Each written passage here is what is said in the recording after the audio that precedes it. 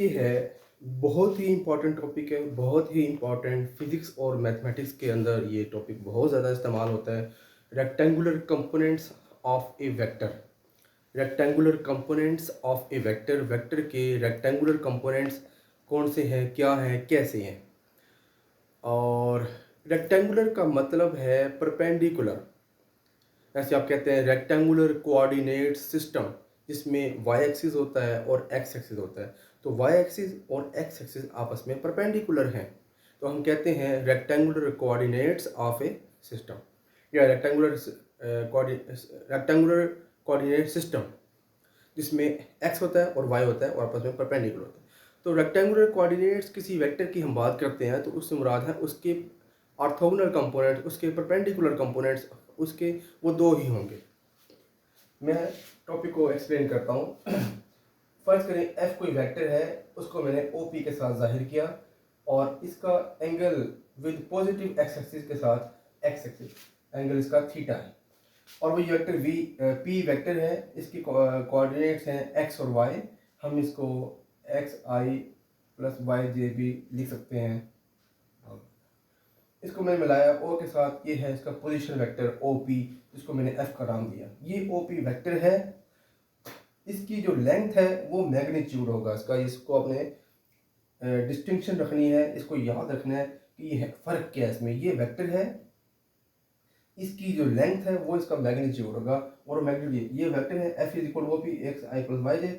इसका मैग्नीट्यूड क्या होगा, हम इस पर लाइन लगा देंगे, स्ट्रेट लाइन लगाएंगे दो, और ये होगा F is equal to O P का मैग्नीट्यूड। इसके दो कंपोनेंट्स होंगे, एक इसका हॉरिजॉन्टल कंपोनेंट्स होगा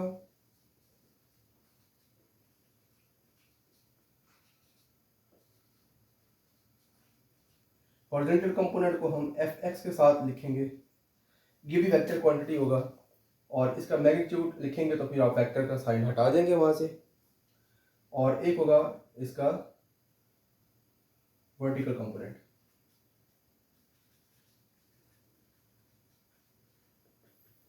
F Y.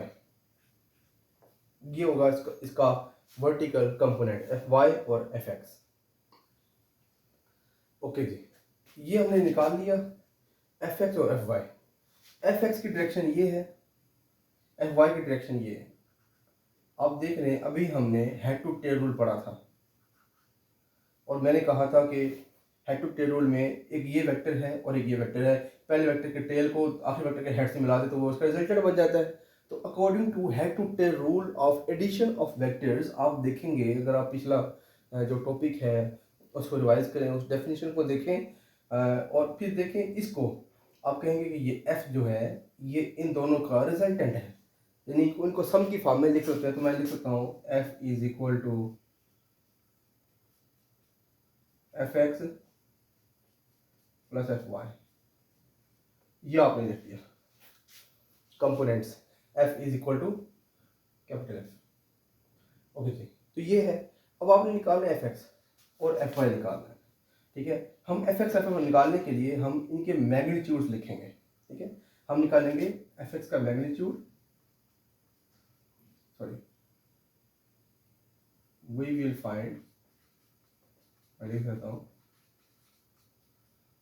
F X and F Y. यहाँ पर मैंने इसके ऊपर सिंबल वेक्टर का सिंबल नहीं डाला, तो मैं मैग्नीट्यूड की बात करने जा रहा हूँ।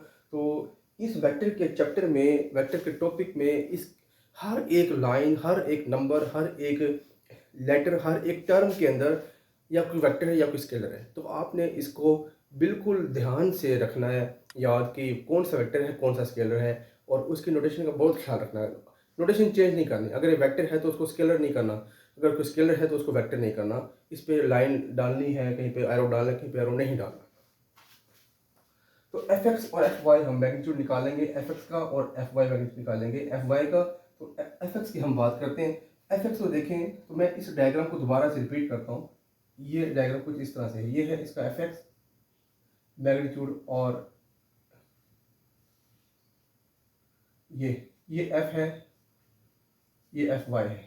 अब मैंने यहाँ पे सिर्फ लेंथ ली है जो कि स्केलर क्वांटिटी है, और ये एंगल है इसका थीटा। तो अगर हम बात करते हैं कोस थीटा की, इस ट्रायंगल में अगर आप देखें राइट एंगल ट्रायंगल में कोस थीटा, तो कोस थीटा आता है इसका बेस ओवर हाइपोटेनियस। बेस क्या है यहाँ पे एफ एक्स, और हाइपोटेनियस क्या है एफ। ये हाइपोटेनियस होता है 90 के अपोजिट, ठीक है। हाइपोटेनियस क्या है और एंगल के मुताबिक वर्टिकल परपेंडिकुलर क्या है और बेस क्या है, इसकी मैं अलग से वीडियो जो है ना आपको बना के दूंगा, उसमें हम देखेंगे, हम अलग से डिस्कस करेंगे। तो ये टॉपिक में अगर मैं इस टॉपिक के अंदर ये बताने लग जाऊँ कि ये क्या चीज़, तो वो ट्रिग्नोमेट्री चल जाएगी, वो टॉपिक चेंज हो जाएगा हमारा। तो अगर एफ को यहाँ मल्टीप्लाई कर दें तो ये आ जाएगा F cos theta will be equal to F X. तो ये मैंने एफ एक्स हॉरिजॉन्टल कंपोनेंट का मैग्नीट्यूड निकाल लिया है, हॉरिजॉन्टल कंपोनेंट का मैग्नीट्यूड। अब मैं निकालूंगा इसी ट्रायंगल से साइन थीटा की वैल्यू।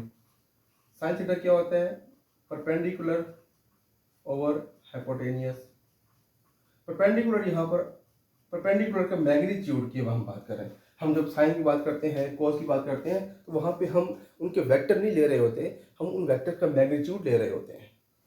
तो एफ वाई ओवर एफ, ये परपेंडिकुलर है वर्टिकल और ये इसका हाइपोटेनियस। तो एफ को अगर इससे मल्टीप्लाई कर दें तो ये बन जाएगा F sine theta F Y. तो मैं दोबारा से रिपीट कर देता हूँ लाइन लगा के। एफ एक्स हमने निकाल लिया है एफ कोस थीटा,